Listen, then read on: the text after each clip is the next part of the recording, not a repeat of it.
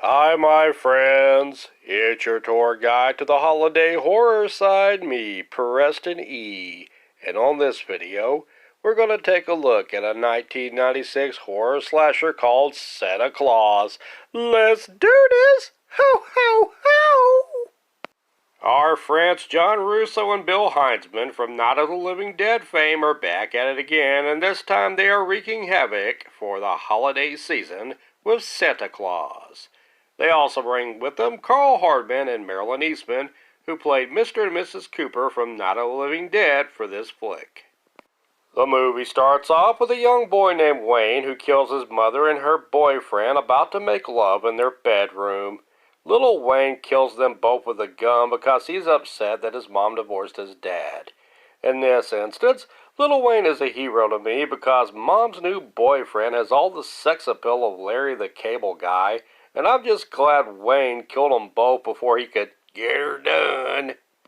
Fast forward a good 20 years or so, I guess, and Wayne is all grown up and is still a psycho, though, and he is obsessed over his neighbor, Raven Quinn, played by Debbie Rochon. This is going to be the best Christmas ever. Aw, looks like he's finally got a date.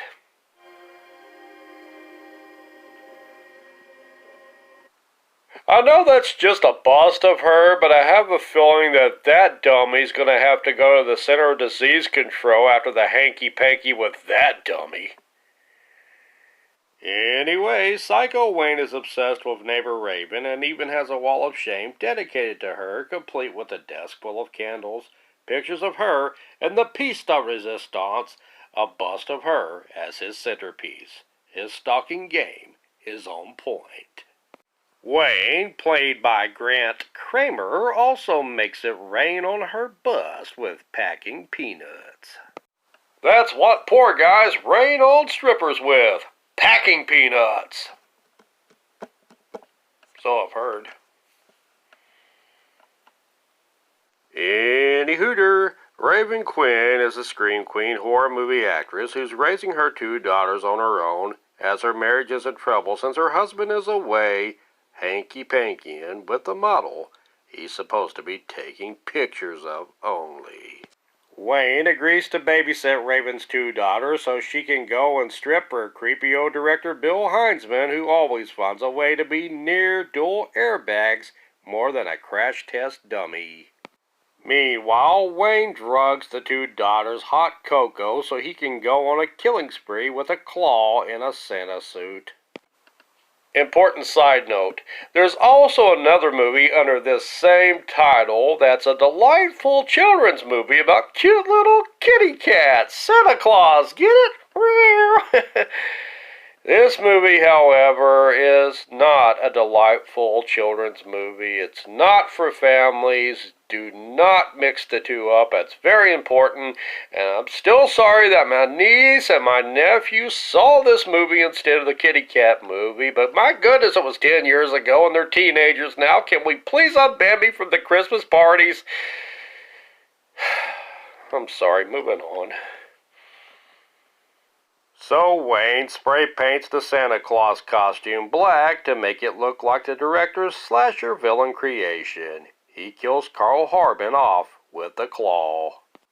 Poor Carl Hardman can't win. First his daughter turns into a zombie and eats him, and now this. After Wayne kills Carl Hardman's character Bruce Brunswick, he also kills off Raven's competition, all in the name of his obsessive stalker lust for her. Raven's hubby has a change of heart and leaves the bimbo model who wants him to leave his wife and comes back home in time for Christmas to find his daughters drugged up and asleep in the same position they were in when Wayne drugged them the first time. Consistency, baby! He calls his mother, played by Marilyn Eastman, and his sister to babysit the drugged-up daughters as he goes to confront his wife at the studio. Gross! At least sterilize it first, you psycho! Eric is about to be killed off by Wayne, but Raven saves her husband and marriage as she kills off Wayne with his own claw.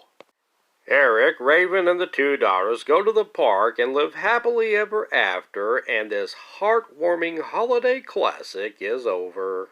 Santa Claus is a cheesy, sleazy slasher that feels like an 80s film despite the fact that it was made in 1996. This indie horror movie is true to many John Russo films in that it is short on plot and big on the boobies. This movie really gives new meaning to the phrase, ho, ho, ho! I saw the low-hanging fruit and I took it, I don't care. If you like a lot of cheese and sleaze with your horror and have an hour and a half to waste in your life, this is certainly one way to do it. A lot of the acting is comically bad, the writing is as well, and that's honestly part of its charm, I guess. It won't blow you away, but if you are into old-school goofy slashers, you'll have fun with this one. I did enjoy the many posters and certain scenes dressing up the set with old Night of the Living Dead posters from 1968 and the 1990 remake. I must admit, old Grant makes a pretty convincing obsessive stalker as Wayne, but it seems like I've seen this guy somewhere before. Hi, I'm Larry. This is my brother Daryl, and this is my other brother Daryl. Not really, but close enough. This movie is a perfectly artistic masterpiece and a look inside the mind of a psychotic stalker. Okay, who am I fooling? It's just some douchebag in a Santa Claus outfit killing people for the holiday season. There's not really much more to say about this, but I do appreciate you watching, and please like, subscribe, and share, and enjoy your Christmas cheer. I've been Preston E. Garrison, and I'm out of here.